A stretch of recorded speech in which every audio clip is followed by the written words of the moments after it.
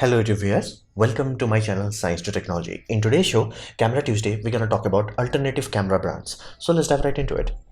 Now, why do you want to look into alternative camera brands? Well, the primary issue is that big camera company can become expensive. Basically, once they are big enough, they are like, you know what, we can increase our pricing and they will justify it. Hey, we have big factories and big and all that. So consequence of that is because they can push the price high up, they will keep pushing it, and consequence to the customer would be price to performance ratio would be low. So for example, from a small brand, you can get, let's say, 500 horsepower for, let's say, $1,000, and in big brands you can get, like, let's say, 500 horsepower for $5,000. So that happens, poor price to performance ratio. So they could literally sell you old dated technology and you're like, what else can I do? And this creates what we call monopoly pricing, meaningly they can charge whatever they want. They're like, you know what, this equipment physically, like, let's say physically, R&D cost and all the jazz, let's say it costs 1,000, and you may be like, okay, it's a low volume item, so let's do 100% price gain on that. So like, it's a low volume item, okay, we're gonna sell it for 2,000. These companies can reach a point where they're like, how about 5,000? How about 10,000? They can do that, and they have been doing that. So that's the issue. And they are also very slow to change because they are in such a privileged position, in such a, like, oh, I have earned my name. They can, like, who changes? For example, I was very happy, I was very excited to looking forward to Canon EOS RP. And be mindful, before this, Canon has been doing things that more and more people are finding, dude, this is just flat out unethical, flat out wrong. For example, removing center pin in flash. Now I'm like, why does that matter? That matters. Any person who is buying cheap lower end DSLRs cannot use any third-party flash. They have to buy Canon flash. They are breaking a standard while claiming it's a flash, you can support flash. No, you have to buy Canon flash to do that. So these sort of sneaky things where they're like legal, but like, dude, why are you doing it? Why you are breaking a standard that is 100 years old? And I recently bought, not recently, as in like when I was buying the camera, I bought 70-300 Mark III lens, basically. Now that's a good lens, there is no denying that. Good autofocus, everything is awesome. HD. They changed the lens hood design. I'm like, why did you change it? It's like it's exactly the same diameter as the Mark II one. Why did you change the diameter? It's just so you have to buy something else. Like, lens diameter is exactly the same. You have to buy another. And here's the deal, it did not come in the box. It has a freaking OLED display. A lens has a freaking OLED display, and it does not come with lens hood. A telephoto lens, that does not come with, because they're like, F the customer. So that's the whole thing. I really started was looking forward to this. I should have been wiser. I should have known, like, Canon is just gonna be unethical. And they're like, this also has 30-minute recording limit. Now I do not bitch about the fact that this cannot do 4K. I do not expect it to. Its price is very low. So I'm like, okay, give me full HD, but do not give me 30-minute recording limit. And 30-minute recording limit was in the past simply because of European Union law. That law has been revoked. It's like done, that law is gone. That's why all modern Sonys have no recording limit. That's the whole point. They still had recording limit even though the law was changed. They're like, I'm not gonna change. So that was the whole point. Now many people have accused me of, like, being a Sony fanboy. I'm not. I hate freaking Sony. What they did with Sony A1, it's like, this is a video camera, and you're like, no, it's not. No, it is a freaking video camera. They flat out the spec 8K video recording capable is on the main page. It's like, you open the system, 8K video.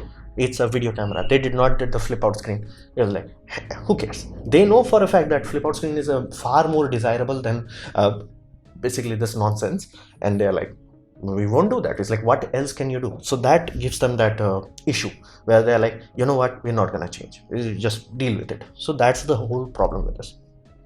So alternatives creates a scenario where you can have amazing technology for a reasonable price. For example, Red is such a camera company. Red was created directly as an opposition to RE systems. Now be mindful, there is one clear difference between RE and Red. Now I could be wrong since I have not played with with both of them, but like, if I try to consensus all the data points from there, the reality is Red cameras are idiotically unreliable. Their memory is surprisingly weak, and like, I've seen this in Linus Tech Tips, I have seen this in MKB HD, I've seen this every Tom, Dick and Harry who's dealing with the camera is like, yep, once a month you're gonna have an issue where it's like, nope, nope, I'm not gonna work. So, and even in CES where people were like utilizing Red camera just to show off a YouTube video, they're like, yeah, this sucks, like almost like every 2-3 months. So that was really bad. And RE, they do, like, test their camera 1 month before they sell it to you, so they know for a fact that this equipment is going to work or not work. So that's why RE is a bit more expensive. But Red was that company that started in a garage, quote unquote, and like,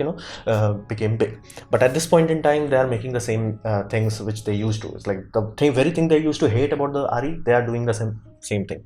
So small startups it's not like everything is awesome with them. There are what we call growing pains. For example, in case of Red, you could have a data reliability issue. It's such a big deal. It's like you have a data recovery section in the Red owns website that should not be there. And then you have other issues of like other brands could not have, like, they have not enough experience to know this is a problem that you have to solve, or this could have been solved beforehand. The experience is something, but if you have a new competitor playing, it keeps old one in check, where old companies are like, no, whoa, whoa, whoa, let's fix it. Like, for example, Red released Red digital cinema cameras Komodo 6K. Now this camera would have never come into the market. This is like, less than $10,000 new, brand new Red Dragon, and it does have global shutter. So surprisingly awesome equipment for surprisingly low price from a surprisingly expensive brand. Why did this happen? Because of the alternative brands, they are slowly capturing what we call market splash. Like, again, it does not matter whether those startup companies are like becoming the next big thing. If enough splash is there, enough market interest is there, these companies have to react to it, where they're like, because enough be mindful, these companies do not run on the fact that, like, how many customers you have, how many new customers you are adding per year is the main factor. And if every year they are losing, let's say, 50 new customer or 100 new customer because of this other brand, they have to react to it. And like, that's why Sony created Sony A7 S3, which at this point in time Sony's best output there, not because this is the amazing latest and greatest technology, simply because they listen to the customer. It's like, hey customer, what do you want? You want a flip out screen? Here you go, flip out screen. You want USB charging? You get USB charging. You want full size HDMI port? You get full size HDMI. Nothing in this camera is anything that Sony could not have done 5 years ago. Everything.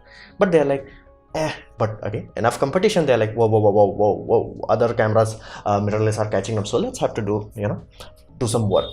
So that's the whole point. The better, it's better for every consumer in this planet, the more competition there are. More alternative brands equals better products, even from first party. So even if you're like, hey, I can only buy Sony equipments because I have invested in Sony ecosystem, still good for you. You're like, hey, I can only buy Red because I'm a Red ecosystem investment, still good for you. So one of the brands that are making a big splash, so to say, is Zcam. Now Zcam selling point is like, they're gonna make a box camera, and it's far more capable than Red's box. Not in terms of like image quality or performance, all that. It's like, it's complete box. You need surprisingly little to make this puppy work. While Red system, oh, you have to mount this, to do this, to do no. Box does the work. Add lens, add battery, go YOLO on it. So surprisingly good. Now why it's such a attractive product? Because of gimbals and drones. Nowadays more and more people are utilizing gimbal for fancy shots. Drones are becoming more and more capable. Now this puppy allows you to have upwards of full frame 8K cinema level video footage on a something very small, something very light, as in like less than 2 kilogram. You could have a lens, you can have a camera system in less than 2 kilogram. That is full frame. That is amazing. That means the drone cost, like if you are running a cinema company, the drone cost that you have to invest in goes down drastically. A drone that can lift 2 kilogram, let's say, is $5,000. A drone that can lift basically even 4 kilograms, that would be like twice or 3 times more the price. So fundamentally, lightweight, boxy cameras are desirable. Then we come to another aspects of this system, where I said these companies are going through what we call growing pain. So they still have not figured out how to have data redundancy properly, aka if you pull out the power without any issue like this, you can corrupt the file. Now that they know of this problem, so they are working on fixing it. And right now the current solution is basically they're gonna split the file in every 5 minutes. If you have used any dash cam and all that jazz, that's how they work. So even in case of a crash, you will still have footage left, at least till that last unit. So again, there are some growing pains, but if and when it does work, which it does most of the time, it does work. That's why people are buying it, and this is few years old, and so many models they have successfully made and delivered that people like us. It's like, dude, it's maybe not the most reliable, maybe not this and all that jazz, but for the price to performance ratio is so ahead that it's like, you know what, I will just buy 2 of them. That's amazing at it. And like, again, if you're flying with drones, there are physical risks that your drone might crash. It does happen. So people are like investing into this. Then we come to another camera company, Kinefinity. Now they are directly targeting Red. They are like, Red, I'm coming for you. So the reality of this camera is they're making really powerful cinema camera. They're not making box camera. Again, it looks like a box, it acts like a box, but their internals are designed in such a way that's more focused towards large cinema production, and they give amazing pro level features. For example, one of the biggest weak link in a Red camera company is their non-redundant media, meaning you could have one fail point and that will destroy your entire shoot. shoot. Now thankfully all major movies are not shot in red. Like look into Oscars and see how many are actually shot on red. Surprisingly little. And that's the whole reason many companies flat out like, nah, I'm not risking this. And especially if you are shooting a scene where it's relying on, let's say, practical effects, those are not something that you can easily redo or retake. So you want a camera equipment that has, like, dual redundancy, and sometimes you can literally have multiple camera angles just in case if one fails. So in those sort of scenario, having dual media for recording is compulsory. This company does that. It's no longer like, oh, we're gonna give normal basic pitch SATA SSD, and we're gonna have some custom ports, so you can't just buy it off the shelf, and we're gonna do YOLO coding to it, so lol, and we're gonna F you. And I think that's why their camera is so horribly malfunctions so frequently, because of their utilization on SATA 3 interface, which can max out at 600 Mbps. They're reaching that too close to that. Basically they're redlining too much, and over time and time again they have a what we call data overflow, where it's like nope, and it trips.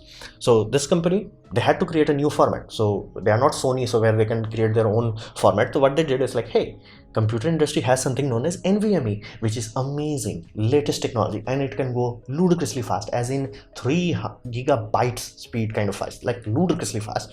So just use that now. It's small, compact, and it won't get even hot if you are not writing to it at ludicrously high speed. So they're like, just use that. It's small, compact, and we're gonna sell you cassette where you can put this. I'm like, thank you.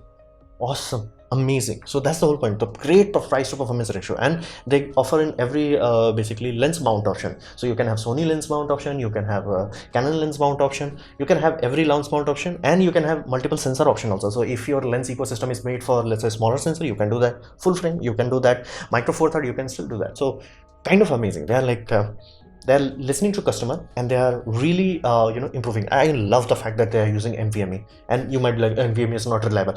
That is the damn thing that is running whole world server at this point in time.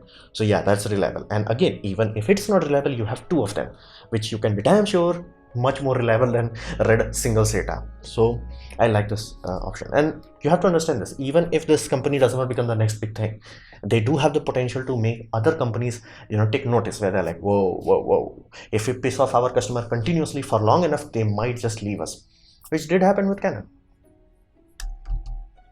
So this was my presentation on basically alternative camera brands. Hopefully you have liked it, learned from it, or got some context from it. In those sort of scenarios, please click the like button, share it amongst your friends. That will help me a lot. If you didn't like it, didn't enjoy it, I urge you to press dislike, press it twice to show me extra disappointment. Please leave a comment, because I do try to reply to all of them. Subscribe, press the bell icon if you're free, and as always, thanks for watching.